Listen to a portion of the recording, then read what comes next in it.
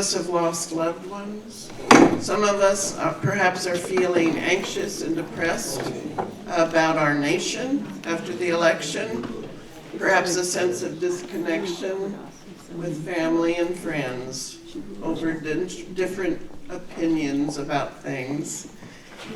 We perhaps are feeling a sense of worry about what's going to happen personally and in our community. So how do we get through this? How are we going to get through what we call the holiday blues? And when we talk about the holiday blues, it's a range of feelings. It may be depression, sadness, but it also may be a kind of lethargy where we're not excited about the same old things anymore. I'm kind of feeling that this holiday season. I'm having trouble getting excited about things. And I know it's because I'm worried about a lot of things, both personally and in our community and in our world. And then we have the holiday season that comes. And it can be a painful reminder of the losses we've experienced. And instead of jolliness and hopefulness and warmth, we may lack that. We may lack a sense of love and excitement. We may feel some desolation at times. But the holidays can be, as Pastor Michael said, a time of reflection and peace. It can be a time to cherish the gifts we have had and perhaps still can have. The first thing I want to say is it's important that whatever you're feeling, your feelings matter. I know I grew up in a household where we didn't talk about feelings. And so I got the message, we better not have feelings, especially negative feelings. But I want to say that our feelings tell us what's going on inside. They tell us what we need to pay attention to and where we may need to focus to take care of ourselves. It's a way into our inner soul and heart that tells us what we need. I don't know if you've ever thought about feelings that way. And you know, we have to remember that we were created by God. God created us with feelings. God created us so that we might express the feelings that come when various life circumstances come upon us. You know, I've done a lot of workshops on grief and loss, and one of the things I always say is that I look to the Bible and we have the scenes where people have died and people are wailing, and Jesus walks into the midst of that and says, that's okay. Express it. Let yourself feel it, because you know the only way through grief and loss is we have to go through it, not around it, and not hide it, not stuff it down. We have to go through it. So part of what we're going to talk about today is what are the things we can do so that we can keep going through it and get through the holidays. It's important for us to be patient and realistic with ourselves during this time. Holidays put a lot of pressure on us, don't they? We got to do this, we got to do that, we got to do it by this time, we got to do it by that time. If I don't get it done, how am I going to, you know?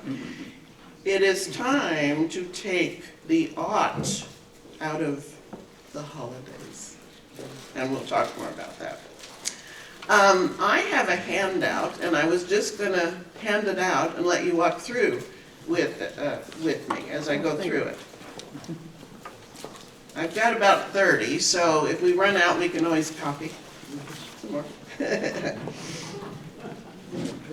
I'm going to put my glasses on now because I have to have them. Give the nice and some on that side. So back to the feelings for a moment. Accept your feelings. That's the first thing I want to say. That's the first thing on the list. I'll pause here for a minute until we get it out there.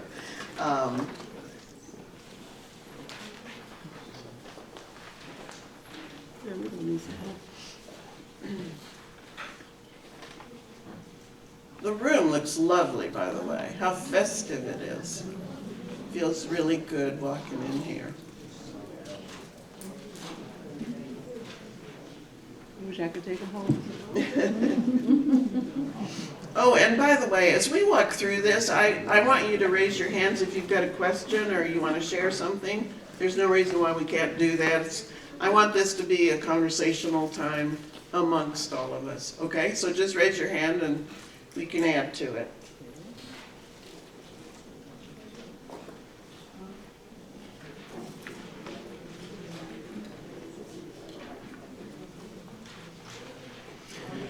So the first thing on the list is accept your feelings.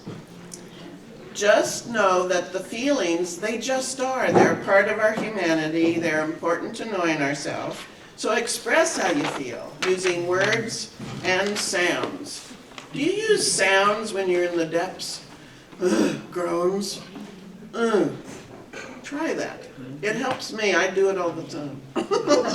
I do it in the shower. I do it wherever I am. It helps me. My mother used to do that, and I thought, okay. And pray your pain. When you're talking to God, lift it up. God can handle it. You know, when I was in seminary and we were struggling with infertility, I would find out that, it hadn't worked this month, and then I would just scream at God inside. I was at seminary, I was in a lecture hall, and I did it anyway. I mean, inside. But anyway, I did that. Because someone had said to me, God can handle your pain. God knows exactly what you're doing, or what you're feeling, okay? So don't try to put it aside, and don't judge yourself for it. That's really important, not to do that. And then try to reimagine God during this time. Pastor Michael lifted that up a little bit, I think, in the images that were in that passage that you preached on. Picture God on your side.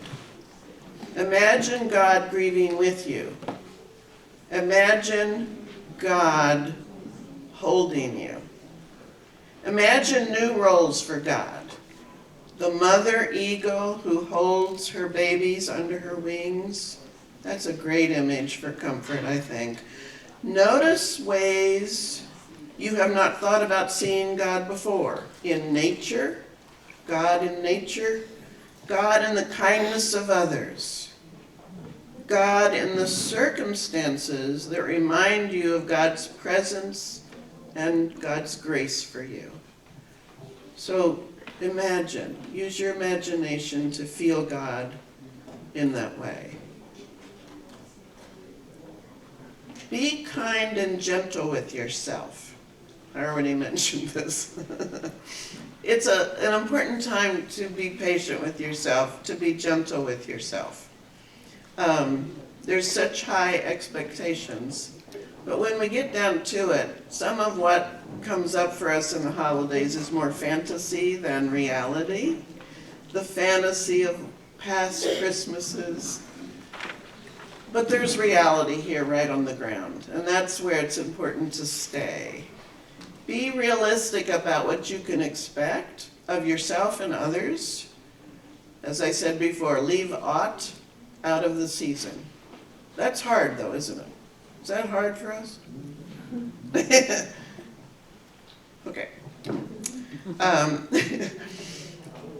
Plan ahead. Now I know we're already in the middle of the season, but plan ahead about what you do want to do during the holiday season. Both fun stuff, events, but also, you know, the gifts and getting certain things done. You don't want to be overwhelmed at the last minute because that'll really take you farther down. Prioritize what's really important for you this season. What's the most important thing for you to do? And then, and this may be hard to do, but I think it's important, spend quiet time with yourself before the rush of the holidays and during the holidays. Quiet time is essential for our growth. Quiet time with God. We grow in solitude even when we're not aware of it. We need time to let go when we can just sit with our feelings, tolerate them, to wait and trust and hope that a new day is coming. When we let go, God can fill us in ways we haven't known before. Has anyone had an experience of that you might want to share? That's okay. I hope that we all can have some of that. In those quiet moments, attempt to trust in God's nearness and goodness. Call on your good memories. Recall how God has loved you in the past. Do a gratitude list. Have you ever done that? I've been in various settings where that's always been suggested. And that can be helpful for us to remember really what's good for us in this time and place. And then plan time to spend with family and friends where you can just relax, where you can just be with people who care for you. Take time to meet new friends in this holiday season. Healing occurs when we move out of our boundaries, our safe boundaries, and we interact with others. You know, there's been a lot of conversation about this during and after the pandemic, that when we get isolated, we really have trouble, especially us older folks. It's not good for us to be isolated. So there may be ways to do this. If you can't figure out some ways, you might want to just call a friend and say, let's go have coffee. Join a support group that might be helpful to you, a club, or take a class. That's always cool. That's always a way to meet new people and be excited about a new idea. Join a choir. Okay, join a choir, yes. Okay, any other ideas like that? Any other ideas like that? Play handbells. Lay handbells, yes. Do you need more handbell ringers? Yes. Yes. We're going to a church out in Frederick now, and I went to the music people and said, I wanted to play bells again, because I played bells here. And I said, I'll help you get the bell choir restarted. They had one, and they had bells and all that. Well, you know what happened, right? You're the director. Yeah, now I'm the director, and I don't really get to play bells that much. But I have this new group of friends, and it's my little community in the church. And that's where you feel God can use you. Yes. We want to do what we want to do. Yeah. Like I want to sing, but sometimes I get called to conduct. And I was like, oh, well, okay. Okay. But I'd just be happy singing. Yeah. Yes. So, yes. One thing that I do that gets me out of the zone is just to sit down and write my blessings out. Yeah. And just take a look at, and go back and reflect on what those blessings are. And in the last 18 months, I lost 2 years, I lost a mother and a brother. And I just go back and write what the joyful things that I share, or that we share together. And when I do that, then I feel something lifting up. Yeah. That's a very good witness. Thank you, Lacey. Yeah. Okay. Now, here's another one. Take time to laugh. Woo! Take time to laugh. So, I serve on the district committee on ministry, and Pastor Michael served on that for a time as well. One of the things we always talk to the candidates for ministry about is self-care. How are you going to take care of yourself so that you don't burn out and so that you don't do any damage in a congregation, frankly? So we push on that. And one of the things I always say to the candidate is, do you take time to play? And I'm not talking about the keyboard. I'm talking about fun. I'm talking about doing a game, or I'm talking about doing something fun. Identifying what is creative and fun, and be a part of that. That is so uplifting. One of the things, the Born Again Jewelry folks, for years, we would get together a couple times a month, and we would go up to our room and make jewelry and laugh and laugh and laugh because we were creating together, and we would create something and then we'd all look at it and we'd say, well, why don't you do this, or why don't you fix this? And it was an experience of community, but laughter and fun. So I want you to identify in this season, what is fun? What is play for you? Go do it. It's important to do that, I think. It helps us survive. It helps us re-enter life if we've pulled back. Okay, and then take time to give. One of the best ways to overcome loneliness and grief and anxiety is to be concerned about the pain of others. If we find someone who needs us, that will be another opportunity for our own healing. It's real important, I think, to do that. One of the things I'm doing out in Frederick now that I'm retired is I volunteer at the Restore, the Habitat for Humanity store. I just have so much fun. I'm in the cash register, and I get to help people, and I get to help people on the floor, and I always come away feeling like, feeling good about myself. And it's not, I'm just there as an ordinary person helping other ordinary people. It's so good. So there's, Michelle. Yeah. Oh, that reminds me of a quote. I don't remember where I heard it, but it just resonated with me where it said, it's hard to feel useful and sad at the same time. Yes. Yes. Isn't that true? When you feel useful, when you have done something with purpose on behalf of others, you feel good about you. Yeah. Yeah.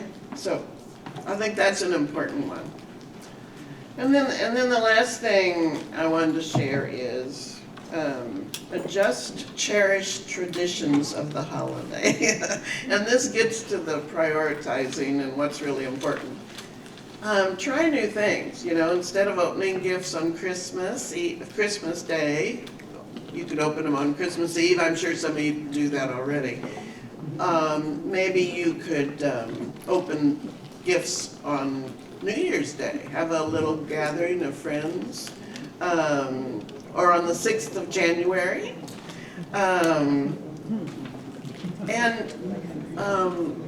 Share a part of yourself during the holidays that you might not have done before, which isn't a part of your tradition, like going to a soup kitchen, visiting a nursing home. I know some of you do that. What was that, Bernice? I'm sorry. But go add something new, to what you normally do. I think that's helpful, to do something new. Any ideas on that, or the stuff you've done maybe to add to your tradition over the years? Once children have grown up and then they have partners and then they have other families to go to, I had to learn to adjust on what to do, when to do it. Yeah. So now we do Christmas Eve and then they go to the other family on Christmas Day. Right. Or they stay home in their pajamas and do whatever they want. Yeah. So it gives them their flexibility. Yeah, and what does that give you as you've adjusted to that? It gave me another way of enjoying, and it actually ended up being 2 good days because then we did, my husband and I, the first year, stayed in our pajamas, watched movies all day, and ordered Chinese food. I like that. I love that. And we were fun, and we enjoyed just that peaceful time. Yeah, peaceful time. Yeah, okay. Any other thoughts? Well, those are the things I wanted to present, but I wanted us to have a time of sharing now, if you want to share anything more. Well, when Bernice made that face, I said, one of the things is trying, for me, I feel, and many of us are feeling very anxious about the presidential change. Yeah. And I said, we should plan a celebration, not necessarily of that, but just a friendship, you know, Yeah. on that day. That we're still standing and we're still here. Yeah? And maybe we can find new ways to address what is important to us in our society despite that having happened. Is that a thought? It's a thought I have. Hope. Hope. Yeah. Right. Our friends have decided to be out of the country that day. Mm. No, so Yeah. I'm not going that far. Yeah. But we can have some fun. Some fun time. Yeah, back to the fun. Yeah. And I'm sure you've said some stuff about that in your book, Irene, right? Yes. Okay. She needs to there are people in here who want to buy her book. There are more people who want to buy her book, so before you go, be sure to see Irene and get one of her books. Yeah. But I just find that being around young people gives you just immense joy, happiness, and laughter. And I'll just share this quick. My granddaughter, 3 years old, we were Thanksgiving and we were at a house and her grandfather and her brother were downstairs with her. And then the grandfather and the brother came upstairs thinking she was going to follow them up, but she didn't. She was downstairs playing and then she realized she was alone. So she came up to the center of the group and said, "Somebody left me unsupervised." And of course that just broke the ice for everybody and we just laughed. And I just thought of Art Linkletter where kids say the darndest things. And I think, you know, we should, I really should start a journal of the neat things that my children and grandchildren are saying. And it's amazing how it just lifts your spirits and lifts your whole time. And another thing, I went to Felicia Collins, Rear Admiral Felicia Collins' retirement on Friday. And it was such an uplifting experience. It was a beautiful ceremony.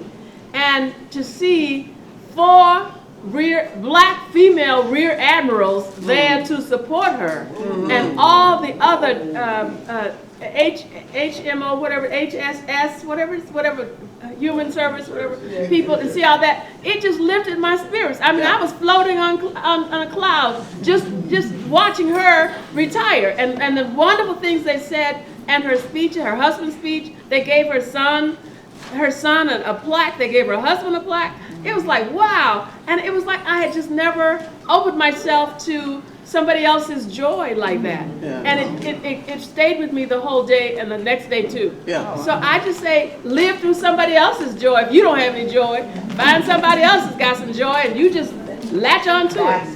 Yeah. So what Barbara was just talking about here is about finding hope. That's what you felt in big part. Hope in the world as we go forward. Yeah. Yes. Are there other comments, suggestions, thoughts that you would like to share at this time? Okay, Kathy, thank you so very, very much. So appreciate that. And welcome home. Yeah, thank you.